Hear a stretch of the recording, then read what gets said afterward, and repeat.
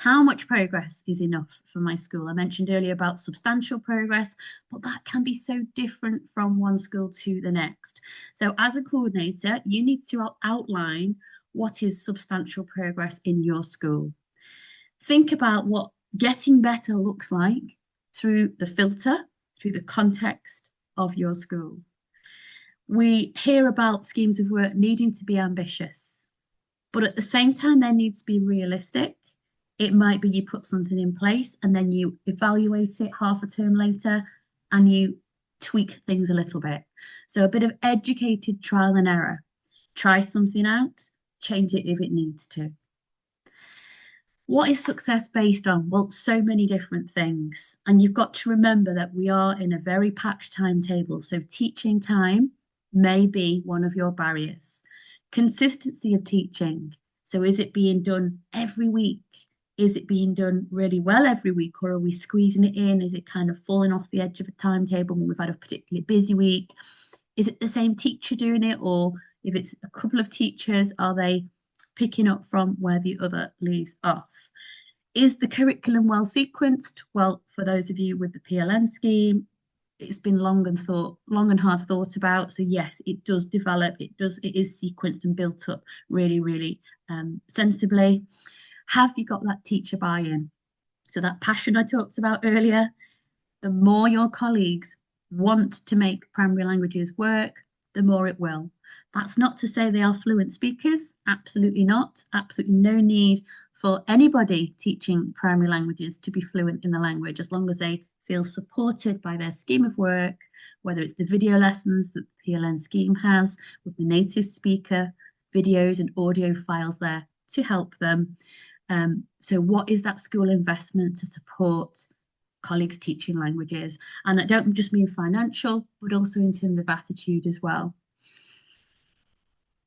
Substantial progress is unique to each school, however, it's all just as valuable. So if you're thinking, well, our barriers are quite a long list of challenges actually compared to the next school, which might not have as many, whatever progress you are able to make in that context is still just as valuable as the school down the road who doesn't seem to have any challenges or barriers. So do remember that. Be proud of what progress you are able to achieve. And one last mention of Ofsted before we move on. I know with the new framework, something they're very, very keen on is looking at school context before they even walk through the doors of the school. So when the head teacher gets that call, the inspectorate will have already done their research on the school, its demographic, pupil premium, its percentages of SEND, disadvantage, everything to do with context. So they will have that already researched, and then it will be up to you as they do their learning walks and pop in and out of lessons and have those professional conversations to tell them what your substantial progress is and how you go about achieving that and why you think that is ambitious yet realistic for your children. So a little task for you now. No pressure to put something in the chat, although I do think the chat function is enabled. So if you want to, that would be brilliant. But have a go ordering the following scenarios from the school that you think would make the most progress to the school that you think would make the least progress. So I'll put them all on the screen and read them out to you. Some of them are up for debate, I will be honest. So it's not a precise science, but it's useful to get you thinking based on everything that we've said so far today. So in school number 1, there are 2 languages taught, one in year 3 and 4 and one in year 5 and 6. Lessons are taught in intensive blocks every other half term. So they do languages for a half term, then nothing, then a half term, then nothing. Number 2, non-specialist teachers are delivering the scheme. It's a very supportive scheme. Maybe it's a video or audio sound file scheme. All children are present in the lessons. They're very short lessons, but they are done weekly. And there's been a decision made to streamline the content, so doing less than what it actually says on paper because of time constraints. The coordinator, however, is super keen to raise the profile of the languages within the school. School number 3 has consistent weekly teaching. And as well as that, there are opportunities to revisit learning between lessons. So whether they just use the register time to say the vocabulary again everybody say a different word to answer the register, that kind of thing. Whether they sing the song again that they've been learning to tidy up the classroom, whether they say a word or phrase to line up for dinner, or just use another 2 or 3 minute slot during the week to recap what they've been working on. There isn't any formal assessment in place, but the teachers do teacher assessment, so informal assessment, if you like. However, languages is part of the fabric of the school. There's posters on the door as you walk in, there's flags and pictures of all the different languages spoken in different classrooms on the doors.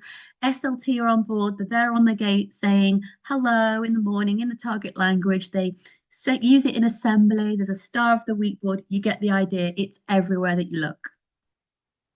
Number 4, we have a fluent specialist in this school, so they come in, maybe as a peripatetic teacher, and they deliver the languages throughout Key Stage 2.